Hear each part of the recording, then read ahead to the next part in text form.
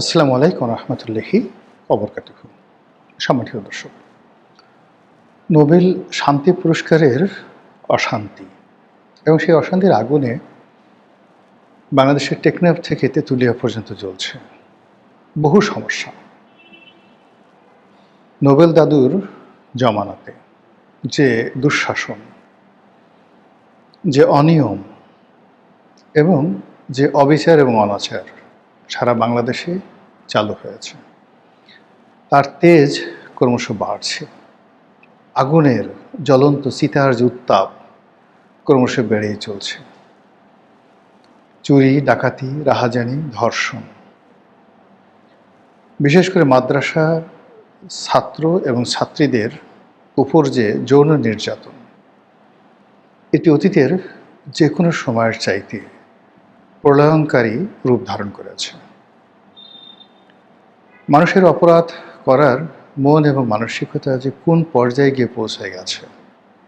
অতি সম্প্রতি গাজীপুরের যে কাপাসিয়া, সেখানে স্বামীর হাতে তার সন্তান, সন্ততি, স্ত্রী এবং আরও একজন স্ত্রীর আত্মীয়, মোট ৫ জন যেভাবে খুন হয়েছেন, তারপর খুনি যেভাবে স্বীকারোক্তি দিয়েছে, অবস্থাদৃষ্টে মনে হয় আমাদের যে অপরাধ করার মন মানসিকতা, এগুলোর একটা বিবর্তন হয়ে গেছে, যেটি এই বাংলাদেশে কখনো ছিল না। বাজারে জিনিসপত্রের দাম হু হু করে বাড়ছে, টাকার অবমূল্যায়ন হচ্ছে। বড় বড় পরিবারগুলো যারা কখনো গত ১০-২০ বছরে হাত পাতেননি, সেই সমস্ত মানুষ অনেকটা রাস্তার ফকিরের মতো হয়ে গেছেন। এই আমি যখন ভিডিও করছি তার কিছুক্ষণ আগে আমার এক বন্ধু, বাংলাদেশের বেশ সিনিয়র একজন আইনজীবী, আজ থেকে ২০ বছর আগে সে ৪,৫০০ স্কোয়ার ফিটের একটি সেই অ্যাপার্টমেন্ট গুলশানের মতো জায়গাতে সে কিনে সেখানে বসবাস করছিল। সে যখন গাড়ি কিনেছে তখন থেকে সবসময় তার ২ থেকে ৩টে গাড়ি থাকে। অত্যন্ত সিনিয়র অ্যাডভোকেট। এই সময়টাতে তার সংসার চলছে না।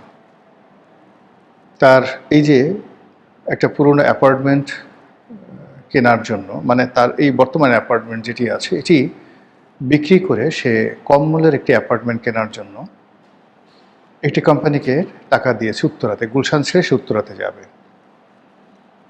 তো পরবর্তীতে সেই কোম্পানির সেই অ্যাপার্টমেন্টটা তার কেনা হয়নি, কিন্তু ওই যে ২০ লাখ টাকা যে অ্যাডভান্স দেওয়া হয়েছে, এখন সেই যে কোম্পানি, বড় কোম্পানি, তারাও ২০ লাখ টাকা ফেরত দিতে পারছে না।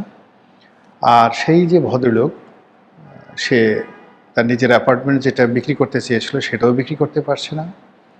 তার স্ত্রী চাকরি করতেন, সেখান থেকে প্রভিডেন্ট ফান্ডের টাকা নিয়ে সে এই ২০ লাখ টাকা দিয়েছিল। এখন ওই কোম্পানি ২০ লাখ টাকা তাকে ফেরত দিচ্ছে না। ফলে এই কুরবানির সামনে, কুরবানি করবে, অফিসের স্টাফদের বেতন দেবে, সংসার চালাবে, একেবারে অসম্ভব হয়ে পড়েছে।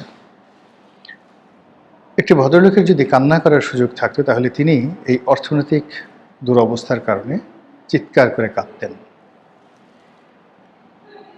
আমাদের দেশের কিশোর অপরাধ কোন পর্যায়ে চলে গেছে যদি বুঝতে চান, একটু বাংলাদেশের যে অপরাধ প্রবণ যে এলাকাগুলো রয়েছে, জেলাগুলো রয়েছে, সেখানে যান। ময়মনসিংহের গফরগাঁয়ে যান, সায়দাবাদ, নারায়ণগঞ্জ, ফেনী সদর, কক্সবাজার, চট্টগ্রামের রাউজান, ফটিকছড়ি, এরপর ঢাকা শহরের মোহাম্মদপুর, টঙ্গী, গাজীপুর, তারপর সাইনবোর্ড, এরপর সায়দাবাদ, যাত্রাবাড়ি, এই এলাকাগুলোতে গিয়ে যারা বসবাস করে শান্তিপ্রিয় মানুষ, তাদের বুকের মধ্যে ডাক্তার যে যন্ত্রটা ধরে, স্টেথোস্কোপ, ওটা একটু ধরে দেখেন যে ওই হৃদয়ের মধ্যে কিভাবে অভাব, হাহাকার, নিরাপত্তাহীনতা, এলাকার সন্ত্রাসের যে বিস্তার কিভাবে ঘটেছে। আর যদি এই পাড়া মহল্লার সিসকে সন্ত্রাসীদেরকে বাদ দিয়ে আপনি যদি গডফাদারদের খোঁজখবর রাখতে চান, আন্ডারওয়ার্ল্ডের ডন, তাহলে আপনি কলাবাগান যান, নিউ মার্কেট, মুরগিপট্টি, ধানমন্ডি, এরপর জিগাতলা, গাবতলী, কারণ বাজার পার হয়ে হাতির ঝিল আসুন, হাতির ঝিল, তেজগাঁ, এই যে বিস্তীর্ণ এলাকা গিয়ে দেখুন তো সেখানে কারা কারা অপরাধ জগৎ নিয়ন্ত্রণ করছে। পুলিশ প্রশ্নেই আসে না। পুলিশের একজন সহকারী কমিশনার, খুব সম্প্রতি তিনি অনেকটা ভাইরাল হয়েছেন, তো তিনি বললেন যে অপরাধ, তার এই কথার জন্য ভাইরাল হয়েছেন, তিনি বলেছেন যে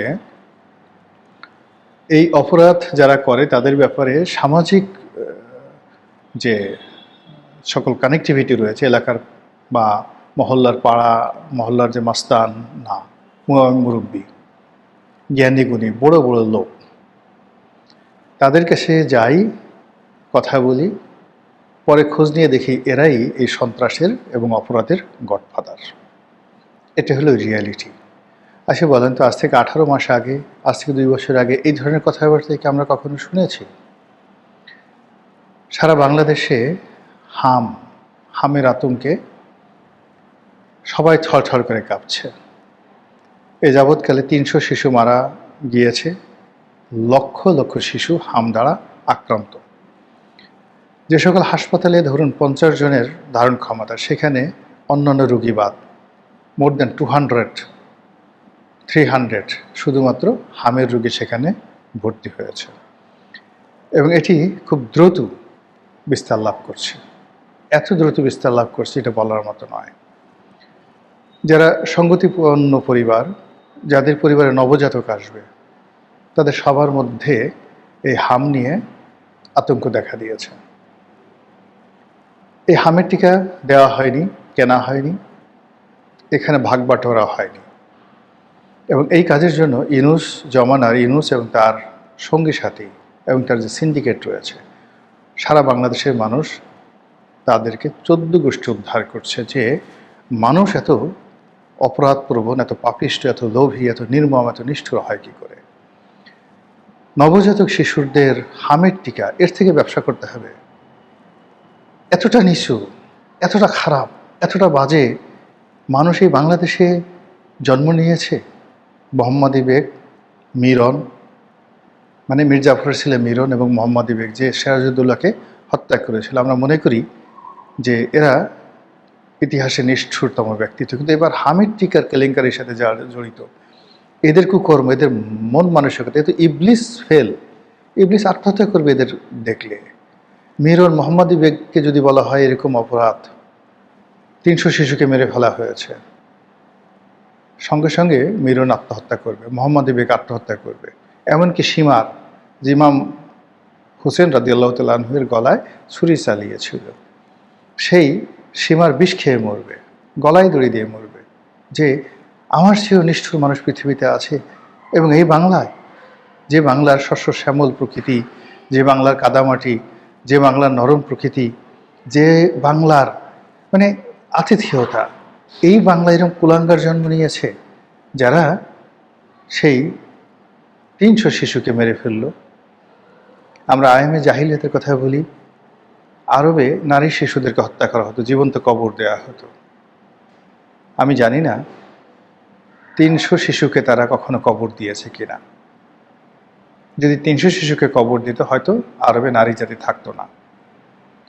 তারা দিয়েছে 1 জন 2 জন 5 জন। কিন্তু এখন কি হচ্ছে? এরপরে প্রথম আলো রিপোর্ট করেছে শুধু হামের টিকা না, ভিটামিন এ, নবজাতক শিশুর জন্য অত্যন্ত গুরুত্বপূর্ণ একটি ওষুধ, এই ভিটামিন এ আমদানি করা হয়নি শান্তির দূতের আমলে। এই শান্তি আমাদের দরকার নেই। এই অশান্তির বীজ আমাদেরকে কত বছর শৃঙ্খলিত রাখবে? এই অশান্তি সে আমেরিকার সঙ্গে চুক্তি করেছে। শুধু নিজে চুক্তি করেনি, বাংলাদেশের বৃহত্তম 2টো রাজনৈতিক দল বিএনপি এবং জামাত তাদেরকে এই চুক্তির সাথে কৌশলে সম্পৃক্ত করে ফেলেছে।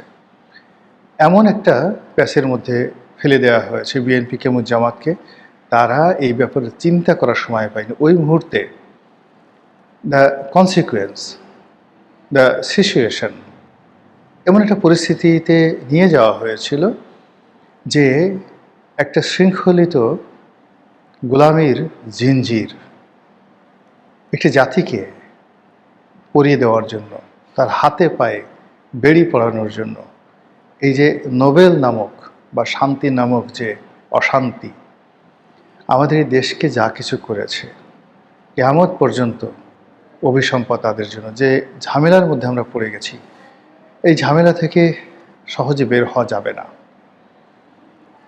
দিন যত যাবে একটার পর আর একটা ঝামেলা আসতে থাকবে, আর একটা নতুন বিপ্লব, আর একটা নতুন যুদ্ধ। আজ আমেরিকা দেখেন, সেই আমেরিকা 1930 সনের দিকে এই বদমাশ সেই সিন্ডিকেট, দ্য মার্কিন সিন্ডিকেটের কবলে পড়ে। সেখান থেকে আজ পর্যন্ত 1930 থেকে আজ পর্যন্ত বের হতে পারেনি। প্রথম মহাযুদ্ধের সময় ইউরোপে তারা থাবা বিস্তার করে, দ্বিতীয় মহাযুদ্ধের পর তারা সেখানে সৈন্য পাঠায় এবং সেই সৈন্য এখনো জার্মানিতে আছে, সেই সৈন্য এখন পুরো ইউরোপে আছে, তুরস্কে আছে, সব জায়গাতে আছে। উপসাগরীয় যুদ্ধের কথা বলে, সাদ্দামকে মারার কথা বলে পুরো মধ্যপ্রাচ্যে তারা যেভাবে সৈন্য সমাবেশ করেছে, সৌদি আরব, কাতার, দুবাই থেকে শুরু করে সব দেশে, ইয়ামেন, এরপরে সিরিয়া, সব দেশে মার্কিন ঘাঁটি তারা নির্মাণ করেছে এবং ওই ঘাঁটির ক্ষয় খরচা থেকে শুরু করে যা কিছু রক্ত চুষে চুষে, আরবদের রক্ত চুষে চুষে তারা সেই জাতিকে শেষ করে দিচ্ছে।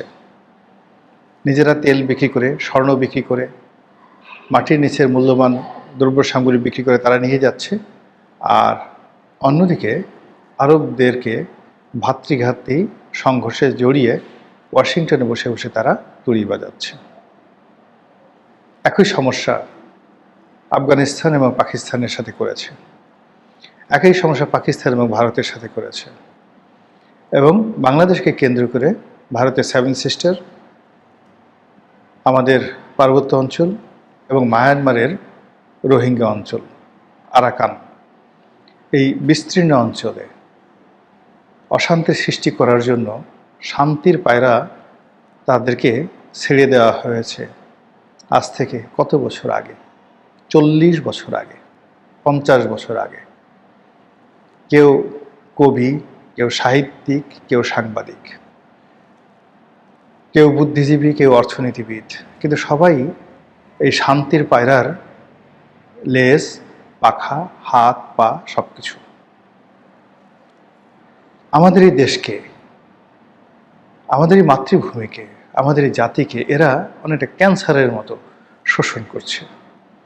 এদের এক একজনের বিশাল বিশাল পেট, মাথা ভরা টাক, শরীর ভরা চর্বি, ব্যাংক ভরা টাকা, ডলার, পাউন্ড, এই দেশে বসবাস করে এই দেশকে শোষণ করে এমন অত্যাচার নীলকররা করেনি, এমন অত্যাচার ইংরেজরা করেনি, যা এই মার্কিন দোসররা বাংলাদেশে বসে করছে। এবং সেই দোসরদের চূড়ান্ত যে নীল নকশা, সেই নীল নকশা গত 2 বছর ধরে ক্রমাগতভাবে আমাদের দেশকে যেভাবে ধ্বংসের অতলান্তে নিয়ে গেছে, একমাত্র স্বয়ং আল্লাহর সাহায্য ছাড়া আমরা এর থেকে বের হতে পারবো না। আল্লাহর সাহায্য চাই, আপনাদের